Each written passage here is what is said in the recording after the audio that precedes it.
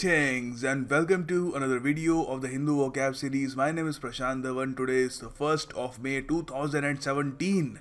New month, new beginning. Let's start with some really awesome words. Quote of the day by Dr. APJ Abdul Kalam साहब. This great man. कई बार सोचता हूँ कि काश ये आज भी ज़िंदा होते. इनकी विजडम से हमें और भी बहुत कुछ सीखना था अभी. तो कोट है, man needs difficulties in life because they are necessary to enjoy the success. तो अगर आपकी लाइफ में कुछ डिफ़िकल्टी है इस वक्त, तो रेस्ट अश्योर्ड एक दिन वो डिफ़िकल्टीज चली जाएगी, बट जिस दिन वो डिफ़िकल्टीज जाएंगी आपकी जो सक्सेस है, सफलता है, उसका स्वाद और ज़्यादा मीठा होगा. So never look at difficulties with frustration के I have so many problems, मैं ये नहीं कर सकता, मेरे पास ये एक प्रॉब्लम है, ये है वगैरह. Don't think of it like that. Look at it like this is necessary, क्योंकि जब मैं सक्सेसफुल होऊंगा, in order to appreciate that success I need to go through these difficulties. Man needs difficulties in life because they are necessary to enjoy the success. The first word of the day is quotidian. Quotidian एक adjective है. देखिए, इसका अर्थ होता है जो रोज़ाना हो, something that occurs every single day. तो जो डेली होता हो, डे टू डे का हो, वो ऑटोमेटिकली क्या बन जाएगा? It will become ordinary. ठीक है, एवरेज सा बन जाएगा. It will become normal. अच्छा, एक बहुत ही बढ़िया वर्ड है मंडेन, MUNDANE. आपको अगर याद हो, कुछ आई थिंक कुछ ही वीक्स पहले हमने इसको डिस्कस किया था. ये एक बहुत ही अच्छा सिनोनिम है कोटिडियन का. Alright, mundane. तो होपफुली आप इससे रिलेट कर पाएंगे दोनों वर्ड्स को. यहाँ पर इसके एक it's a really nice sentence actually. He is tired of his quotidian job and wants some excitement in life. तो जैसे कि यहाँ पर आप इस कैरेक्टर को देख सकते हैं. सुबह उठे, ब्रेकफास्ट किया, एक्सरसाइज करी, काम किया, रात को टीवी देखा and repeat. So what is this? It is quotidian. और इवेंचुअली समथिंग जो रोज़ हो, जो दैनिक हो, एवरी सिंगल डे जो हो रहा हो, people grow tired of it. ठीक है, आप दोनों लिख सकते हो, आप ये भी लिख सकते हो. People get tired of it, उससे थक जाते हैं. पीपल ग्रो टायर्ड मतलब इवेंचुअली धीरे धीरे वो थकना शुरू कर देते हैं. ठीक है, या फिर थकने की ऑलमोस्ट पीक पर, जेनिथ पॉइंट जो होता है थकने का, वहाँ पर वो पहुँच जाते हैं. ठीक है, सो दिस इज़ कोटिडियन.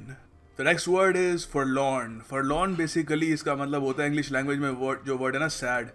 सैड से रिलेटेड जितने भी अगर सिनोनिम्स हैं वो सब फॉरलॉर्न पे फिट बैठते हैं. तो बेसिकली इसका मतलब होता है कि कोई बहुत ही ज़्यादा सैड हो. क्यों? क्योंकि उसको किसी ने अबैंडन कर दिया हो, या वो वैसे ही बहुत ज़्यादा अकेला हो, उसके आसपास कोई हो नहीं, बहुत लोनली हो.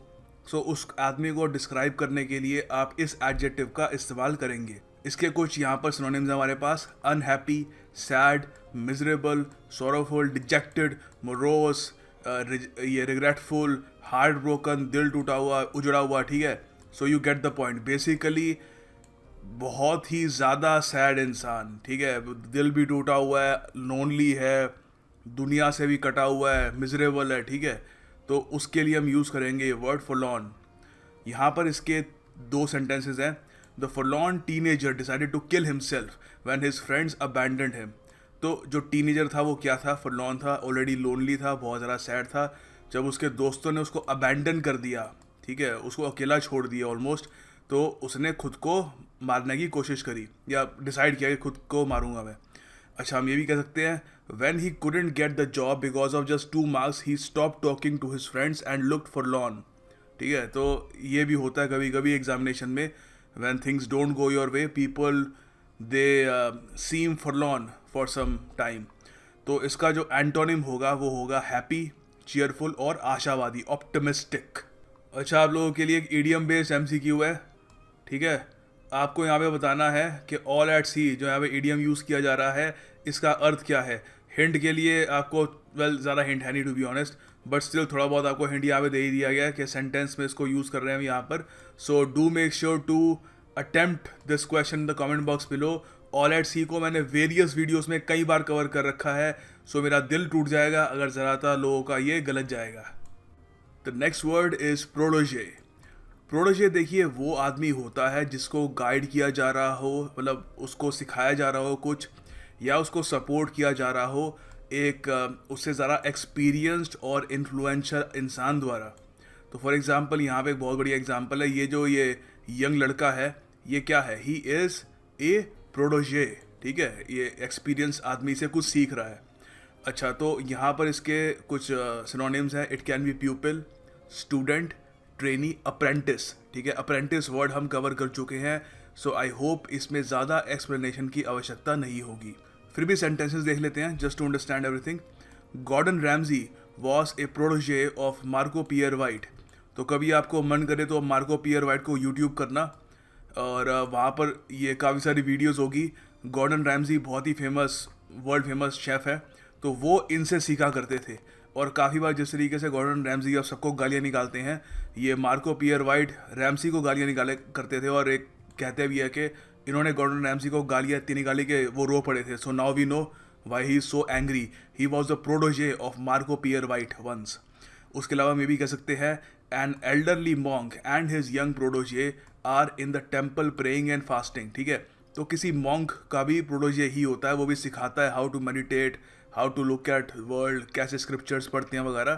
तो यहाँ पे हमने सिंपल सा कहा है कि टेम्पल में दोनों प्रे कर रहे थे और फास्टिंग कर रहे थे। ऑलराइट, सो याद रखिएगा, again a super duper important word, protégé. The next word is clichéd. Clichéd का अर्थ क्या है? देखिए, क्लीशेड बेसिकली मीन्स घिसा फुटा।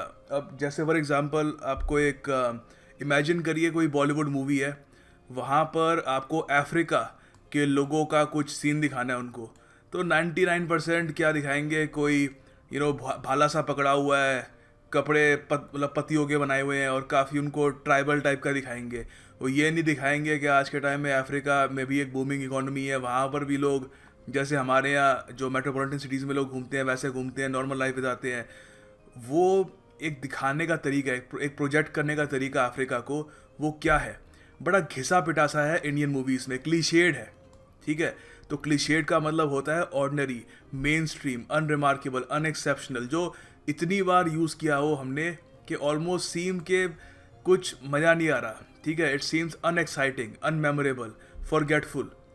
तो इसका एक और मीनिंग भी हो सकता है कि एक फ्रेज़ या एक ओपिनियन जो ज़रूरत से ज़्यादा लोग यूज़ करते हैं, और अब वो जो ओरिजिनल थॉट है ना, उसके लिए अगर यूज़ किया जाए तो उस पर भी उल्टा पड़ जाता है। For example, love is blind, बहुत ही एक क्लीशेड एक फ्रेज़ है, इतना लोगों ने यूज़ किया है कि अब इट सीम्स वेरी अनएक्साइटिंग, ऑर्डिनरी सा, सारी जो इसकी एक चमक थी वो जा चुकी है। तो यहाँ पर हमने इसके दो सेंटेंसेस बनाए हैं। The way Africans are portrayed the way Africans were portrayed in that movie was very cliched. तो जिस तरीके से अफ्रीकन्स को पोर्ट्रे किया गया था उस मूवी में बहुत ही क्लीशेड था, तो ऑफ कोर्स उनको वही भाला वाला पकड़ा के दिखाया होगा। हम ये भी कह सकते हैं the author tried to think of original sayings to avoid cliches. अब जो राइटर्स होते हैं ना, उनको इस बात का ध्यान रखना पड़ता है कि जब वो लिख रहे हो ना, तो वो ऐसे फ्रेज़ का इस्तेमाल ना कर दे जो ऑलरेडी बहुत ज़्यादा फेमस है। So they try to make new phrases ताकि कुछ क्लीशेड ना लगे, क्योंकि people do not like clichéd things. The next word is unkempt. यार देखो, अनकेम्प्ड का मतलब होता है बेसिकली कि जो मेसी हो। फॉर एग्जाम्पल, किसी का रूम है, जुराबें बिखरी हुई हैं, कपड़े बिखरे हुए हैं, हर जगह मेस है, सो आप कहोगे व्हाट एन अनकेम्प्ड रूम। वैसे ही किसी का अपीयरेंस है, कोई इंसान दिखने में आप कहोगे कि उसके बाल बिखरे हुए हैं, कंघी नहीं करी हुई, दाढ़ी उगी हुई है, उसने बाल पता नहीं कब कटवाए थे, तो आप कहोगे अपनी केयर नहीं करी, अपनी अपीयरेंस पर इसने ध्यान नहीं दिया, तो काफ़ी अनकेम्प्ड है ये। तो हम कहेंगे इसको डिसहेवल्ड अपीयरेंस वाला। अनटाइडी एक बहुत ही एक्यूरेट सिनोनिम है अनकेम्प्ड का। डिसऑर्डर भी हो सकता है, स्क्रफी भी हो सकता है, मेसी, ठीक है। Untidy we have already discussed. अच्छा, तो यहाँ पर इसके दो सेंटेंसेस है। Sanjay Dutt looked unkempt after he got out of jail. तो कोई भी आदमी जेल से बाहर निकलेगा तो ही विल लुक अनकेम्प्ड, ठीक है। अच्छा, आप ये भी कह सकते हो even the most beautiful actress in Hollywood looks unkempt when she wakes up in the morning. अभी याद नहीं आ रहा किसी का नाम, बट बेसिकली कोई भी सुंदर से सुंदर लेडी भी क्यों ना हो, सुबह सुबह कोई भी उठेगा तो बाल बिखरे होंगे, मेकअप वगैरह कुछ नहीं होगा, तो दैट पर्सन विल लुक अनकेम्प्ड। तो इसका जो एंटोनिम होगा वो होगा टाइडी, नीट। अच्छा, आप कहोगे सर ये अनकेम्प्ड है तो केम्प्ड इसका क्या मतलब होगा? ये भी दिखाते हैं, जरा यहाँ से इसको इसका हटा देते हैं and let's have a look at kempt. अब देखो केम्प्ट का मतलब होता है जिसकी मेंटेनेंस बहुत ही अच्छे से रही हो, साफ सुथरा उसको रखा गया हो, साफ कंडीशन में उसको रखा गया हो, something that has been well cared for. ठीक है, तो यहाँ पर इसके कुछ सिनोनिम्स हैं। ग्रूम्ड, ठीक है, ग्रूम कर रखा हो जिसको नीट हो, ऑर्डरली हो, टाइडी हो। ठीक है, तो ये एक एग्जाम्पल है केम्प्ट हेयर का, लग रहा है कि अच्छे से मेंटेन किया उसने। तो यहाँ पर इसके कुछ सेंटेंसेस हैं। It was difficult to believe that such a handsome and kempt man could be a murderer. तो कई बार अगर मान लो कोई बहुत ही हैंडसम, कोई ऐसा आदमी जिसने बहुत अपनी केयर कर रखी हो, बहुत अच्छा सूट वगैरह पहनता हो, रोज़ बाल पे जेल वेल लगाता हो, वैसा आदमी मर्डरर निकले तो एवरीवन विल बी सरप्राइज। ठीक है, क्योंकि लोग मर्डरर को समझते हैं कि पागल सा आदमी होगा, चाकू लेके घूम रहा होगा, बाल बिखरे होंगे। He will be unkempt, so people will be surprised when he turns out to be kempt. तो मैन, हाँ, ये अगला यहाँ पे सेंटेंस है। His black hair was smooth styled kempt and it hung only to his ears. ठीक है, तो हम ये यहाँ पे कह रहे हैं कि बेसिकली उसके बालों को डिस्क्राइब करने के लिए, किसी का बाल अगर आपको लग रहा हो कि बहुत ही अच्छे से उनकी केयर करी गई है, काफ़ी कंडीशनड है, ग्रूम्ड है, तो वहाँ पे भी आप कह सकते हो एक एडजेक्टिव की तरह कि उसके बाल बहुत कैम्प्ड थे। ठीक है, विद स्टाइल्ड एंड स्मूथ। तो नेक्स्ट वर्ड इज सैक्रिलिजियस। सैक्रिलिजियस बेसिकली इसका मतलब होता है किसी को डिस्क्राइब करने के लिए जो किसी धर्म, किसी एक होली किताब, कोई भी बेसिकली धार्मिक किसी चीज़ के प्रति डिसरिस्पेक्ट दिखाए। ठीक है, एथियस्ट होना अलग बात होती है कि आप मानते ही नहीं हो। Sacrilegious, he goes out of his way to tell कि ये बेकार है, ये बकवास है, एक तरीके से बेइज्जती करने की कोशिश करेगा किसी भी रिलीजियस चीज़ की। ठीक है, he will try to be disrespectful toward something और someone considered to be holy. तो इसके कुछ सिनोनिम्स हो सकते हैं। Profane, blasphemous. आपको पता है पाकिस्तान में ब्लास्फेमी लॉ है कि अगर आप अल्लाह के खिलाफ कुछ बोलते हो, मोहम्मद के खिलाफ कुछ बोलते हो, तो आपको फांसी वगैरह हो जाएगी। तो वो ब्लास्फेमी में आता है। बेसिकली सैक्रिलिजियस आदमियों से निपटने के लिए उन्होंने वो बनाया है।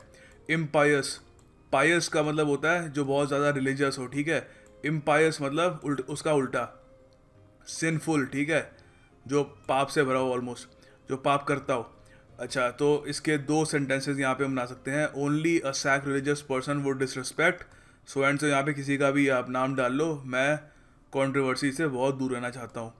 तो अगला यहाँ पे हम सेंटेंस यही बना सकते हैं। सम रिलीजियस फंडामेंटलिस्ट्स सी साइंस एज सैक्रिलिजियस। तो देखो जिस तरीके से साइंस आगे बढ़ रही है, पहले चर्च वगैरह जो था, जो क्रिश्चियनिटी का थॉट था, वो ये मानता था कि धरती जो है वो दुनिया का सेंटर है। बाद में गैलीलियो ने ये प्रूव कर दिया कि धरती नहीं है। तो वो एक बहुत ही बड़ा झटका था गैलीलियो को, जो वहाँ का उस ज़माने के रिलीजियस जो पावर में लोग थे, उन्होंने उनको हाउस अरेस्ट पे भी रखा उस वजह से। तो अब ये भी प्रॉब्लम है कि अगर मान लो काफ़ी सारे रिलीजन्स में ये मानते हैं कि सिर्फ धरती में ही जो ऊपर जो माइटी पावर है उसने ये लाइफ वगैरह यहाँ पे बनाई है। तो मान लो कल को नेपच्यून में नहीं, मार्स या प्लूटो वगैरह में आपको लाइफ मिल जाती है। ठीक है, यू फाइंड लाइफ देयर, तो अचानक से वो भी एक उस रिलीजन को चैलेंज करना स्टार्ट कर देगा। तो साइंस और टेक्नोलॉजी और जिस तरीके से डेवलपमेंट हो रही है, उसको भी कुछ जो रिलीजियस फंडामेंटलिस्ट लोग होते हैं, कट्टरवादी कह लो एक तरीके से, वो उसको सैक रिलीजियस के रूप में देखते हैं। ठीक है, कि उनके रिलीजियस बिलीफ को एक तरीके से हार्म कर सकता है वो। तो ये भी एक कहने का तरीका है बेसिकली। तो इसका जो एंटोनिम होगा वो होगा पायस। हमने बात करी इम्पायस, सिनोनिम होगा, एंटोनिम होगा पायस या रिस्पेक्टफुल टुवर्ड्स द रिलीजन या जो भी है।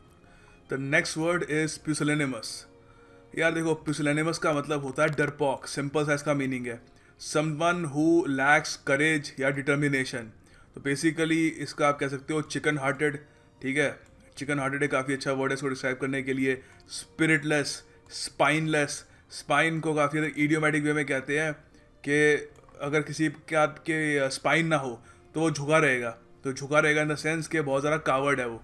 ठीक है, अनहीरोइक भी कह सकते हो, डरपॉक बेसिकली। ठीक है, तो कावर्ड वाला भी लिख सकते हो यहाँ पे, कावर्ड वो भी चलेगा। अच्छा, इसके सिनोनिम्स हो सकते हैं। ठीक है, तो सिंपल सा इसका सेंटेंस है, he was just too pusillanimous to face me after I discovered that he had deceived मी।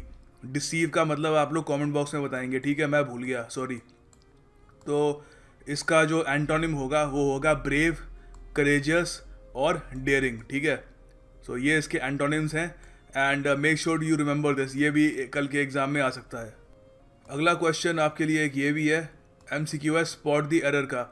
ये आप अटैम्प्ट करो, बाकी इसकी एक्सप्लेनेशन जो है मैं कल की वीडियो में भी दूंगा आपको, अगर ज़्यादा लोगों का गलत हुआ नहीं इसको करेक्ट कर पाए, या वैसे भी दे ही दूंगा। I will just sort of explain कि क्या गलती रही यहाँ पर और how you can actually avoid making such errors in the future. So do attempt this question. Finally the task of the day, आपको सेंटेंसेस बनाने हैं on these two words over here, forlorn और protégé. Good luck with that, दोनों words को हमने अच्छे से cover किया है एंड जितने सेंटेंसेस बनाओगे उतना आपको आसान होगा उसको मेमोराइज करना। एंड जिन लोगों ने जो द एल्केमिस्ट की मैंने एक वीडियो अपलोड की थी उसको अप्रिशिएट किया, thank you. To be honest मुझे काफ़ी इनिशियली मुझे पता नहीं था कि काफ़ी लोग इसको पसंद कर पाएंगे नहीं कर पाएंगे, क्योंकि इसके लिए एक सर्टन टेस्ट चाहिए आदमी को। But I am very please to know कि हमारे पास एक अच्छी कम्युनिटी है who are open to these sort of ideas.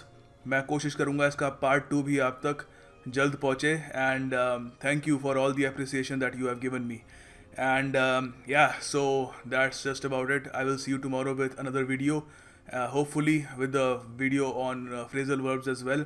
I have a lot of projects that I have to finish. So yeah, thank you for watching this video. I'll see you tomorrow.